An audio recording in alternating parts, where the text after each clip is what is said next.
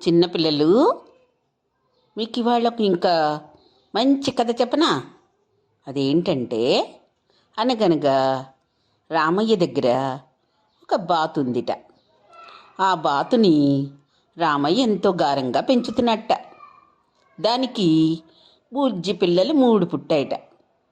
వాటిని కూడా పెంచి ఎంతో ప్రేమగా చూసుకుంటున్నారట రామయ్య, సీతమ్మ ఇద్దరు.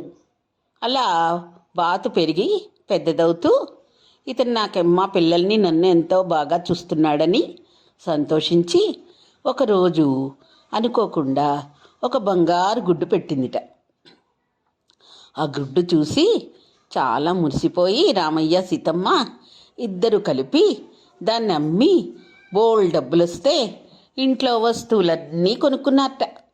అది చూసి చుట్టుపక్కల వాళ్ళందరూ సరదాపడి, ఎందుకు రామయ్య ఇంత సడన్గా గొప్పవాడైపోయాడు అని అందరూ ప్రశ్నించడం మొదలుపెట్టారట.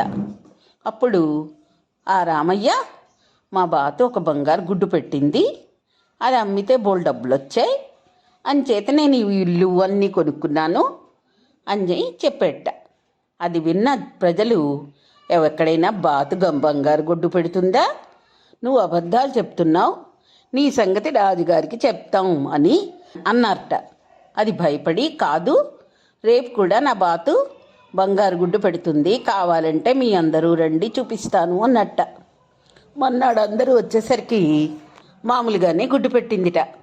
అది చూసి అందరూ, నువ్వు అబద్ధాలు చెప్పావంటే, కాదు, కావాలంటే చూడండి, దాని పొట్లలో బంగారు గుడ్డు కూడా ఉంటుంది, మీకు కోసి చూపిస్తాను అని చెప్పి దాని పొట్ట కోసి చూసేసరికి బాతు కాస్త చచ్చిపోయిందిట.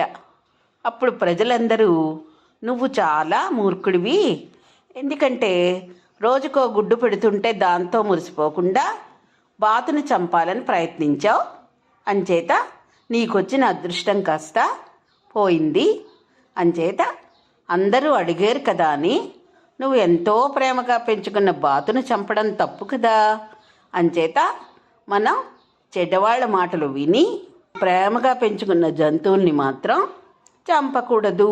అర్థమైందా పిల్లలు? బాతు రామయ్య కథ.